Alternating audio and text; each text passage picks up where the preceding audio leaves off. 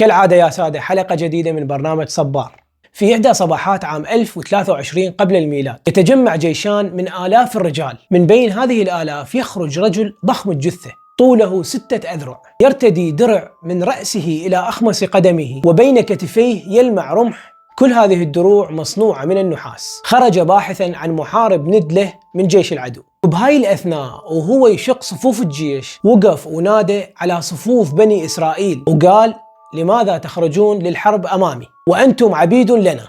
فخيرهم وقال لهم: اختاروا لأنفسكم رجل لينزل إلي، فإذا قدر يحاربني ويقتلني نصير لكم عبيد، وإذا قدرت أنا علي تصيرون إن عبيد وتخدموننا طول حياتكم. بهاي الأثناء يخرج شاب من رعاة الأغنام غير مسلح، بيده عصا يرعى بها أغنامه، يشد على خاصرته جعبة مملوءة بالحجارة ومقلاع يستخدمه لإبعاد الحيوانات المفترسة والذئاب عن الأغنام. يصرخ الفتى بصوت عالي: أنا من سيواجهك. هذا الرجل الضخم ما تحمل الموقف وبلش يضحك بصوت عالي، وسخر من الفتى وقال: أكلب أنا حتى تجيئني بالعصا؟ كما جاء ذكره في الكتاب المقدس. بعد لحظات ركض هذا الراعي قاصدا الرجل الضخم، وأخذ من جعبته حجر وقذفه باستخدام المقلاع، وأصابه بجبهته وطاح من شدة الضربة. وأخذ الشاب سيف الرجل وطعنه وقطع راسه. هذا المحارب الضخم اللي تكلمنا عليه هو جالوت، والراعي هو داود النبي من بني إسرائيل. بعد هاي الحادثة صار الناس يعتبرون داود رمز للمحارب الإنجيلي العظيم. هاي اللحظة ظلت محفورة بذاكرة مايكل أنجلو بعد قراءته للكتاب المقدس،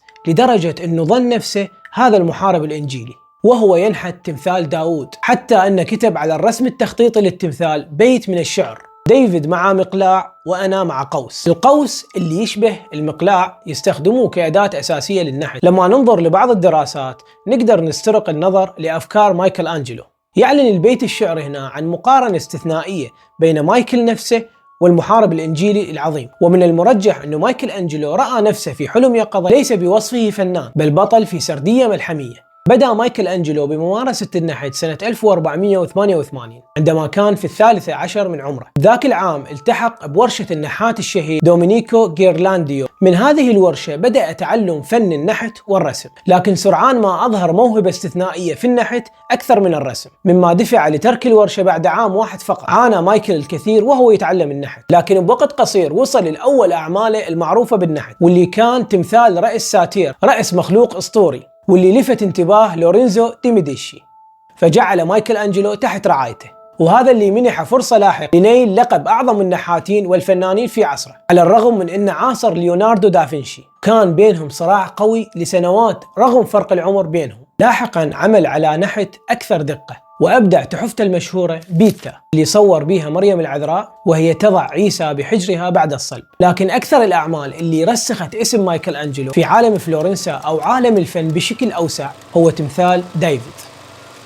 الحقيقة بدت قصة تمثال ديفيد قبل أن يلمس مايكل أنجلو الحجر اللي نحت به ديفيد بسنوات. في عام 1464 قرر مجلس كنيسة فلورنسا إنشاء سلسلة من التماثيل الضخمة للأنبياء لتزيين كاتدرائية سانتا ماريا. كان هذا قبل ولادة مايكل أنجلو ب 11 عام تقريبا. بهاي السنة تم تكليف النحات أوغسطينو دي دوكيو لنحت التمثال، وبدأ بالفعل بالعمل على قطعة رخام ضخمة مستخرجة من مقلع في كرارة، لكن توقف عن العمل بعد وقت قصير بسبب صعوبات تقنية. بعد ما يقارب 12 سنة حاول النحات أنطونيو روسيلينو الاستمرار على المشروع، لكن هو الآخر تخلى عن المهمة ليبقى البلوك الرخام الضخم مهمل لمدة تقارب 30 عام. في عام 1501 قرر مجلس فلورنسا البحث عن فنان جديد لنحت التمثال. هنا وقع الاختيار على مايكل أنجلو، واللي كان عمره وقتها 26 عام، بعد أن أثبت عبقريته بالفعل بمنحوتة بيتا. في 13 سبتمبر سنة 1501 بالتحديد استلم مايكل أنجلو القطعة الرخامية اللي كانت متروكة لأكثر من 30 سنة، لكن حالتها كانت مأساوية وهذا اللي زاد من صعوبة المهمة. على مدار 3 سنوات عمل مايكل بجهد كبير حتى أنهى العمل على المنحوتة. بس شنو اللي يخلي تمثال من الحجر مهم لحد هاي اللحظة؟ أروح أتسحر وارجع أكمل القصة.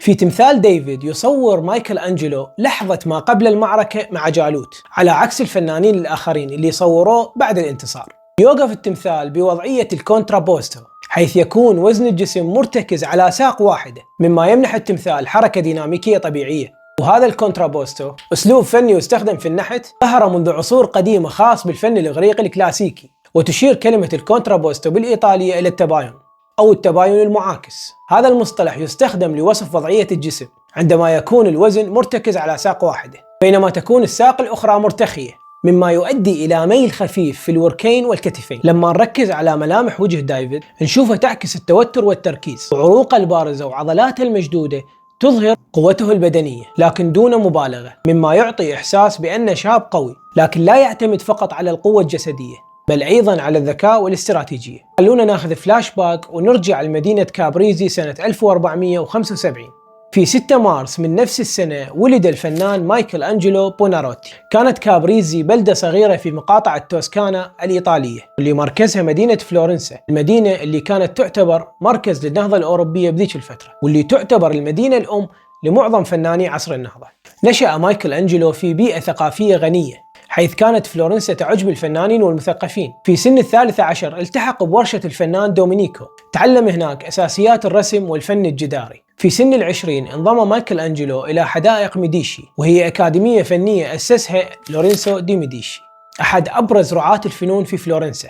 بهاي الفترة تعرف مايكل أنجلو على العديد من الفلاسفة والفنانين والشعراء، مما أثرى معرفته وثقافته.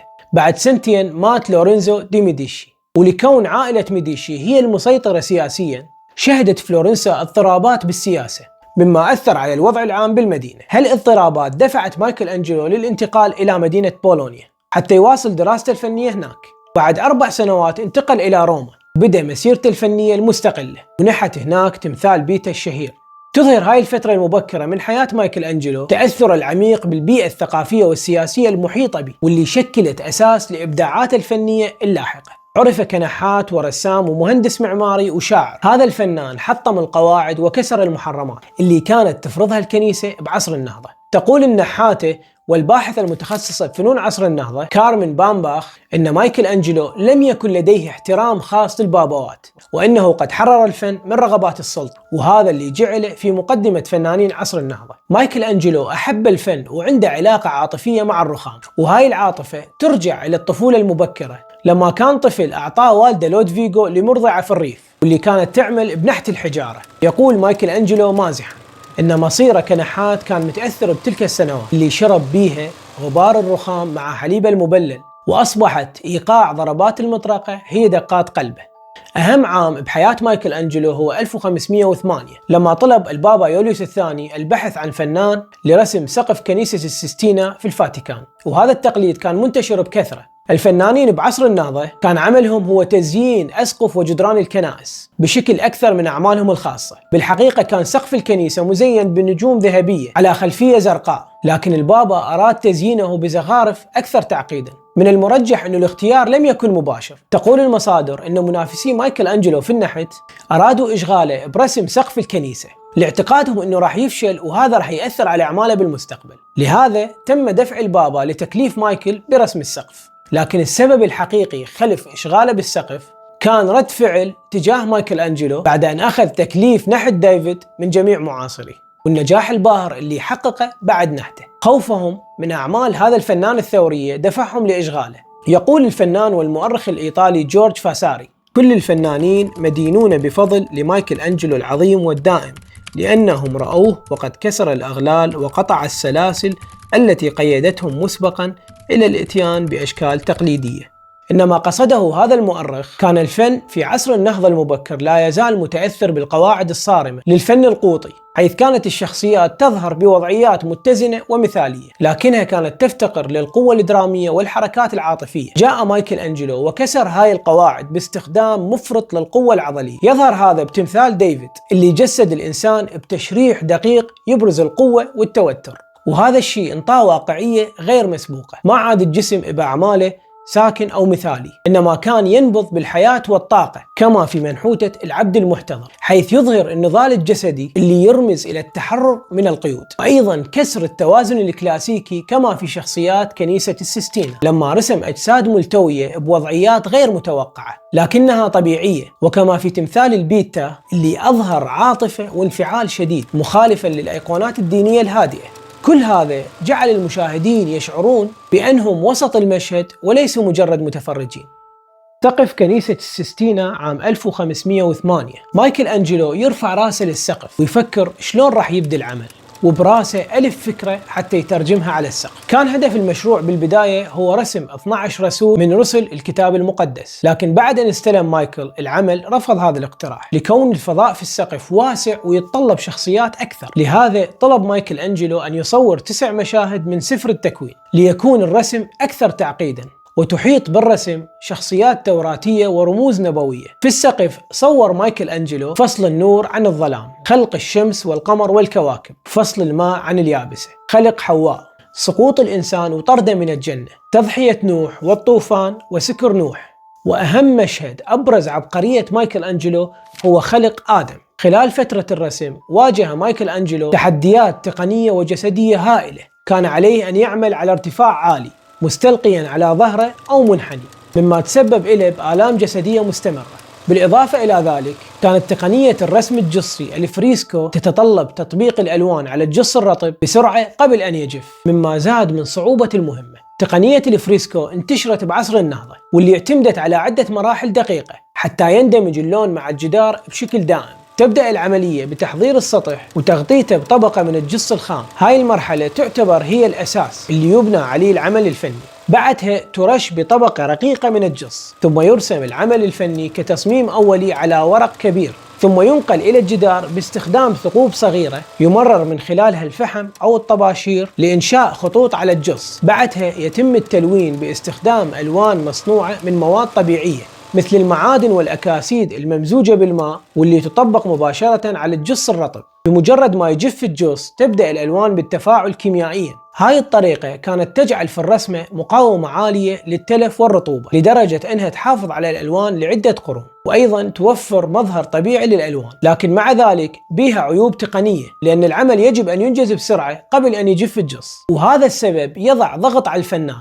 بالإضافة إلى أنه لا يمكن تصحيح الأخطاء بسهولة. خلال العمل واجه مايكل أنجلو ضغوط من البابا يوليوس الثاني، اللي كان يتوق لرؤية العمل مكتمل قبل وفاته. ورغم هاي الضغوط والتحديات التقنية، وبعد أن توقف العمل بشكل إجباري، عاد مايكل أنجلو للرسم مرة ثانية، لكن هذه المرة حصل تطور كبير في الرسم. كان ما رسمه بعد التوقف أكبر وأكثر قوة. الأنبياء والعرافون كبروا بمقاس حجم واحد، كانوا قبل ذلك أقل من 12 قدم، لكن التطور كان يرى بشكل كبير بعد أن أصبحت الشخوص أكبر من الحجم السابق. جزء من هاي الشخوص القوية والهائلة تصف الرب، وهو يبارك الأرض ويخلق الشمس والقمر ويفصل الضوء عن الظلام. يتمتع السقف بمجمله بحركة متناغمة يتفاعل بها الأنبياء والعرافون والعراة والرب نفسه مثل الراقصين بفضاء مقدس. أحد الملامح الأكثر استثنائية بمجمل اللوحات هو التأكيد على عري ذكري اللي جسدها مايكل أنجلو بشكل واضح بالسقف. يظهر العراة في الأقسام الأخيرة من الرسم. آدم في اللوحة المعبرة عن الخلق أحد ابتكارات مايكل أنجلو الأكثر شهرة.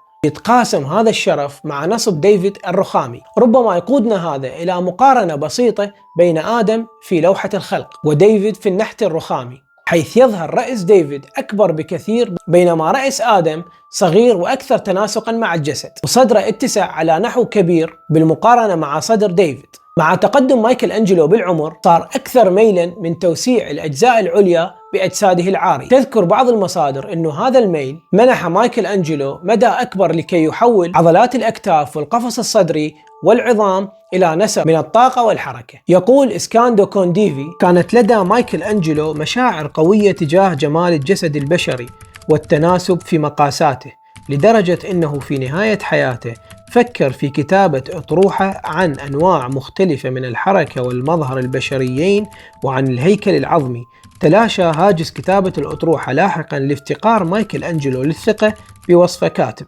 يمكن رؤية هذا في معظم رسومات مايكل التخطيطية لمختلف حركات الإنسان والالتواءات اللي صورها بطريقة رسم تفاصيل العضلات والأكتاف والصدر. لم يدرس مايكل أنجلو الجسد فقط عن طريق النظر إلى الأجساد العارية، بل عن طريق تشريح الجثث أيضا، وهو يسلخ الجلد عنها ويمعن النظر إلى العضلات والعظام اللي تحته. إلى جانب عمله كنحات ورسام، عمل في التشريح في أواخر عهده الثاني من العمر في مستشفى سانتا سبيريتو، ويقال إنه استمر بالتشريح لنهاية حياته. ساعد بهذا قربه وعلاقته الطيبة برئيس الدير اللي وفر له الجثث لتشريحها ودراستها، حسب ما قال كاتب السيرة الذاتية لمايكل أنجلو إسكانيو كونديفي. تكشف الأشكال اللي رسمها على سقف كنيسة السستينا كل ملاحظاته اللي تعلمها من التشريح في كيفية جعل الجسد البشري معبرا بطريقة لم يتخيلها أحد من قبل.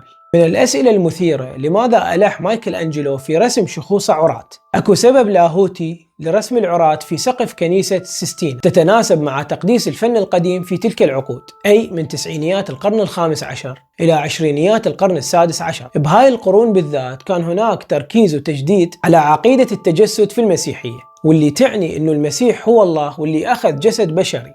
بناء على هذا بدأ ينظر إلى الجسد البشري مو كشيء مخزي كما كان الحال في العصور الوسطى، بل كمصدر للجمال والتقديس. وأيضا بسبب كراهية النساء المنتشرة لجسد الرجل، كان التركيز على الجسد الذكوري باعتباره الجسد المثالي. وربما يبرز هذا أيضا برسم مشهور لدافنشي يسمى الرجل الفيتروفي. حتى الأعضاء التناسلية كانت تعتبر جزء من الجمال الإلهي، وفقا لبعض رجال الدين اللي رفضوا فكرة ختان المسيح لأنه يقلل من كمال جسد المقدس. بالنتيجة وبناء على هذه التصورات بدأ الفنانون بتزيين الكنائس بصور لأجساد عارية تبرز العضلات والصدر وحتى الأعضاء التناسلية أحيانا. كان هذا يعتبر نوع من التدليل على الجمال الإلهي وليس مشهد غير لائق. مع مرور الوقت وخصوصا عند حدوث أزمات بدأت هاي الأفكار اللاهوتية تتلاشى. حتى بفترة من الفترات أرادت الكنيسة تغطية الأعضاء التناسلية الظاهرة في جدار كنيسة السستينا اللي رسمها مايكل أنجلو. في سقف السستينا استخدم مايكل أنجلو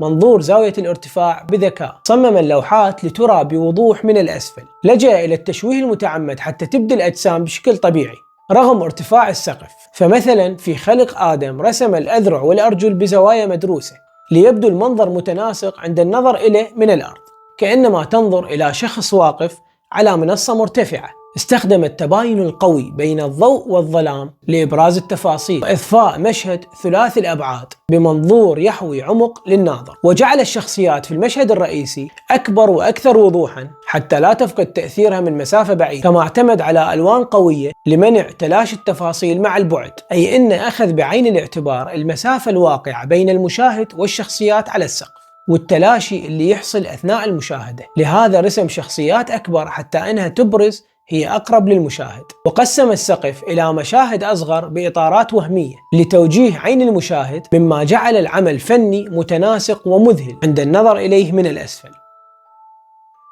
نرجع لتفاصيل اللوحات، وأكثر لوحة يتميز بها سقف الكاتدرائية لوحة الخلق أو خلق آدم. المعنى الأكثر مباشرة في الجدارية في خلق آدم لمايكل أنجلو هي اللحظة اللي بيها خلق الإله الحياة البشرية، كما هو موصوف في سفر التكوين في الكتاب المقدس. بعد خلقه للأرض والسماء وفصل النور عن الظلام، جاء في الكتاب المقدس: لنصنع الإنسان على صورتنا كمثالنا وليتسلطوا على سمك البحر وطير السماء والبهائم وجميع وحوش الأرض وكل ما يدب على الأرض.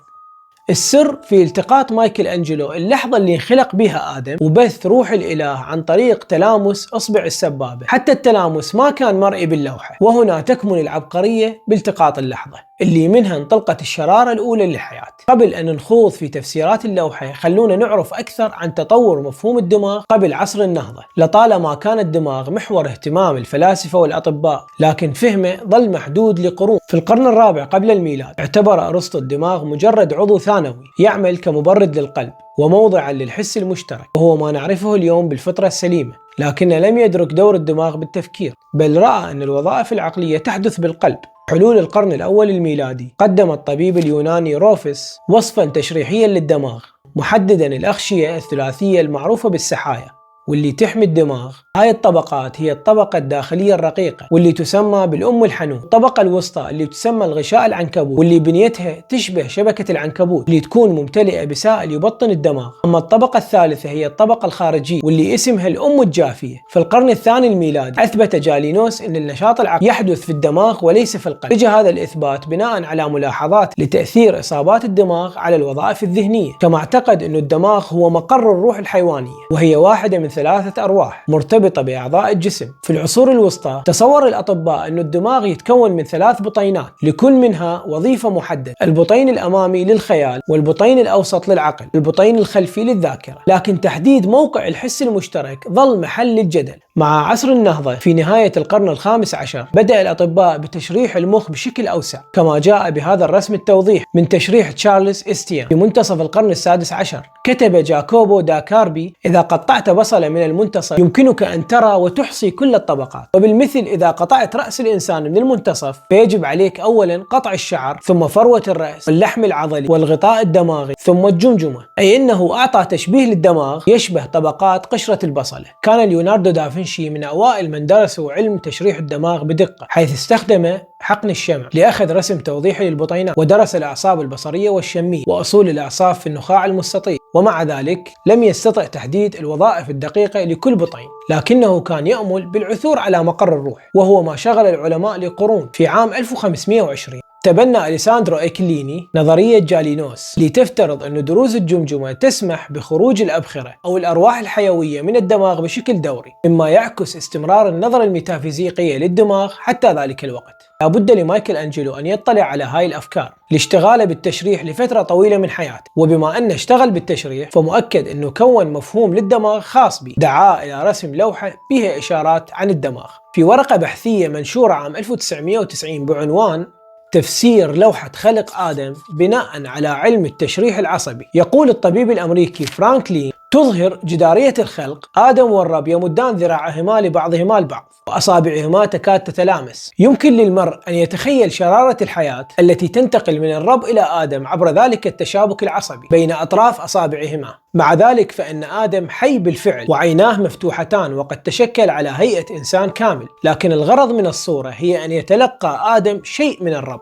بالانتقال إلى علم تشريح الأعصاب توضح هاي الأشكال مقطع سهمي للجمجمة، وهذه أحد الأدلة التي يعتقد أن في الجدارية شبه من الدماغ. نلاحظ أن العباءة الحمراء اللي تحيط بالإله على الجانب الأيمن من اللوحة تشبه المقطع السهمي لدماغ الإنسان. يفرض المؤلف فرضية بأن الرب منح آدم هبة العقل، وأن الرسالة كانت مخفية من خلال تصويرها في تشريح الدماغ. لو نظرنا إلى أسفل يد الإله التي تشير نحو آدم، تحتوي العباءة الوردية على طية يمكن التعرف عليها كالشق السلفياني، وبالمثل إذا تابعنا في الاتجاه العكسي لعقارب الساعة فإن ركبتي الشيروبين تأخذ شكل العصب البصري، وظهر الملاك أسفل الرب يتخذ شكل الجسر الدماغي. وجد العلماء بعد فرانكلين أنه مو بس مايكل أنجلو وحده من أدرج التفاصيل التشريحية في لوحاته، بل إن فنانو عصر النهضة الآخرون فعلوا ذلك. المثير أكثر هو أنه يد الإله تبدو وكأنها موضوع فوق جزء الدماغ الذي تطور خلال تطور الدماغ. القشرة الجبهية هي مركز الوظائف الإدراكية العليا مثل التخطيط التحليلي والإبداع، ويعتبر جزء من الدماغ اللي يجعلنا مختلفين عن الكائنات الأخرى. يبقى السؤال حول كيف كانت هذه الوظيفة الظاهرة للقشرة الجبهية معروفة خلال عصر النهضة، أو ربما كانت على سبيل المصادفة. لوحات كثيرة تظهر فيها إشارات حول الدماغ. لوحة مثل لوحة التجلي لرافائيل سانزيو تعلن اللوحة تجلي المسيح بعد الصلب، يبدو فيها يسوع محاط بسحابة كروية أو دائرية، حيث تم إدراج الشخصيات الرئيسية بشكل مثالي تقريبا. نرى أن كل شيء باللوحة يتبع ترتيب هندسي، ومع ذلك فإن الدائرة ليست متناظرة، حيث تم إحداث شق على الجانب الأيمن. هذا الشق هو السمة الأولى التي تشير إلى أن السحابة ربما تم تصميمها وفقا لرؤية معينة. لما نتبع محيط السحابة تكتسب الخطوط المزيد من الوضوح، فإن ما يبدو أن مجرد سحابة يأخذ شكل غريب للغاية. يمكن هالشي مو واضح للوهلة الأولى، إلا أن الصورة إلها تشابه مذهل مع الدماغ البشري. لوحة تجلي المسيح لجيرارد ديفيد أيضا فيها تشبيه للقسم التاجي من الدماغ. ربما كل هاي المعاني جاءت عن طريق الصدفة، أي إنها غير مقصودة لكنها تثير الاهتمام. وما يثير الاهتمام أكثر نشوفه بقصة خلق آدم. هي مو مجرد صورة توراتية، بل هي صورة مليئة بالدلالات الفلسفية، والفجوة بين الإصبعين ترمز إلى أن البشر مشتقون من الإله، ولكنهم ليسوا إلهيين تماما. إنها مواجهة مغرية مع الإله، ولكنها بالوقت نفسه تذكير بأننا متجذرون في ثقافتنا البشرية. مايكل أنجلو واحد من الفنانين القلائل اللي نذروا حياتهم للفن، اشتهر كنحات ورسام وشاعر، وأيضا كان له دور كبير في مجال العمارة، وهذا الدور اجى بنهاية حياته المثيرة. صمم عدة مدافن أشهرها مدفن البابا يوليوس الثاني. بالإضافة لذلك صمم مايكل أنجلو مدفن للورينزو دي ميديشي في كنيسة سان لورينزو في فلورنسا. كان المدفن يتضمن تمثالين شهيرين هما الليل والنهار، وكان يهدف إلى تكريم أعضاء أسرة ميديشي. هاي المدافن تعد من أهم إسهامات مايكل أنجلو في العمارة والنحت الجنائزي، وتظهر براعته في مزج الفن مع الهندسة المعمارية. في عام 1546 تم تعيينه كمشرف على بناء كنيسة القديس بطرس. قام بإعادة تصميم القبة الشهيرة للكنيسة، ابتكر إلها تصميم جديد حتى يجعلها أكثر استقرار وجمال. على الرغم من أنه لم يعتبر مهندس معماري بالبداية، إلا أن إسهامات مايكل أنجلو في العمارة جعلت منه واحد من أعظم المهندسين المعماريين في تاريخ هندسة العمارة.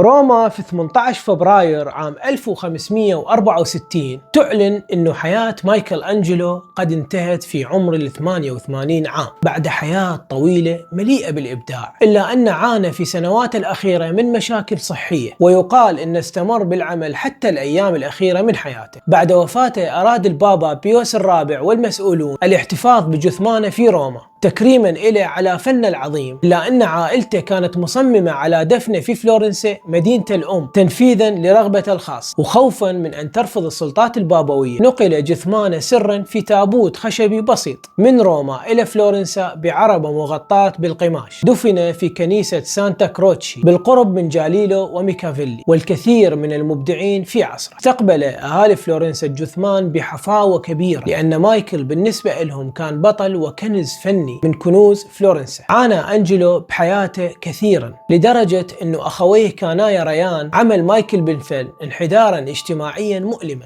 يقولان: صبي ذكي كان له أن يصبح أسقفا، عزم بدلا عن ذلك أن يكون حرفيا يعمل بيديه، حتى أنهما شعرا أن من واجبهما ضربه لكي يصرفاه عن الفن.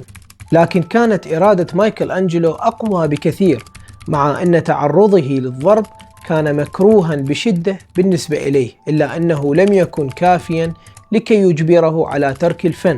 والده ما أبدى أي اهتمام لأعماله إلا في رسالة كتبها لمايكل يقول فيها: أنا مسرور أنك تلقيت كثيرا من التكريم، لكنني سأكون أكثر سعادة لو أنك جنيت بعض الثروة، مع أنني أكن تقديرا أكثر سموا للتكريم من الربح، لكن إذا جاء الاثنان معا كما يجب ستكون سعادتي أعظم بكثير.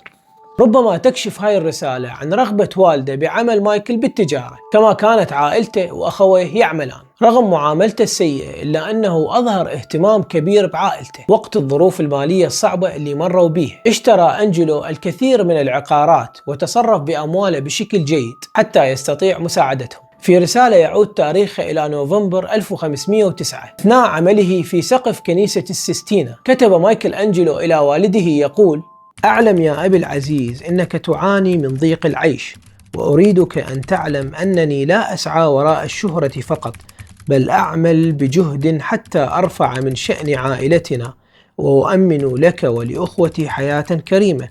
المال ليس هدفا في حد ذاته، لكنه وسيلة لجعل حياتنا أكثر راحة، لذا لا تقلق، سأبذل قصارى جهدي لضمان أن لا تعاني العائلة من الحاجة. لو تروح لإيطاليا وتدخل لكنيسة السيستينيا في الفاتيكان راح تشوف شواهد على فنان عظيم كرس كل حياته للفن، لدرجة أنه كان يقصر على نفسه بالطعام والشراب والنوم، ويبقى لساعات طويلة بس مجرد يباوع على رسماته ويضيف عليها لمساته العبقرية، حتى أنه وصل مرحلة عزل نفسه عن الناس، ويقال أنه عانى من الاكتئاب وأمراض نفسية أخرى. رغم أنه المشاهد كنيسة السيستينيا تم تصويرها سابقا بأيدي فنانين آخرين في أماكن أخرى، إلا أن مايكل أنجلو استخدم عبقريته برسم هذا السقف اللي تكمن في اختيار اللحظة المناسبة لتصوير الحدث أو المشهد، سواء كان في تمثال البيتا أو ديفيد أو العمل الضخم في كنيسة السيستينا ولوحة خلق آدم، لدرجة أنه جزء من أعمال مايكل أصبحت تستخدم كأدوات إعلانية في العصر الحديث. شركات ملابس تستخدم لوحة الخلق في الطباعة على الملابس، حتى أنها استخدمت في فترة وباء الكورونا للترويج على استخدام المعقمات، حتى تمثال ديفيد استخدم للدعاية على لبس الكمامة. لهنا وصلنا لنهاية الحلقة، لا تنسون التفاعل على الحلقة والاشتراك بالقناة حتى يوصلكم كل جديد. مع السلامة.